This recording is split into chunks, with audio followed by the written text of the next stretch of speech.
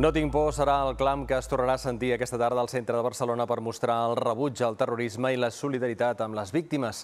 Ja està tot preparat perquè a les 6 engegui la manifestació que començarà als Jardinets de Gràcia i baixarà cap a Plaça de Catalunya amb dues capçaleres. Les autoritats estaran a la cruïlla de Passeig de Gràcia amb la Gran Via i al davant de tot la primera línia amb cossos policials, serveis d'emergència i voluntaris.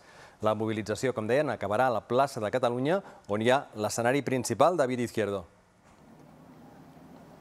Sí, un escenari principal amb dos elements importants. El primer, el rebuig i la resposta ciutadana als atemptats, amb el lema "No tinc por", escrit en 17 idiomes. I el segon element, com a mostra de dol per les 15 víctimes dels atemptats, són les flors, fins a 70.000 flors, no només aquí, sinó també repartides entre tots els participants a la manifestació, amb els colors de la ciutat de Barcelona, flors blanques, vermelles i grogues. I la plaça Catalunya també, aquesta tarda, al centre de tota l'atenció informativa fins a mitjans de comunicació de fins a 80 països que informaran de tot el que passi en aquesta manifestació. Una manifestació que planteja problemes de mobilitat, però també problemes de seguretat. En aquest sentit, els Mossos d'Esquadra fan algunes recomanacions, entre les que destaquem no portar motxilles ni bosses grosses, no difondre rumors i, sobretot, i la més important, anar documentats tant adults com a nens perquè poden haver controls de seguretat.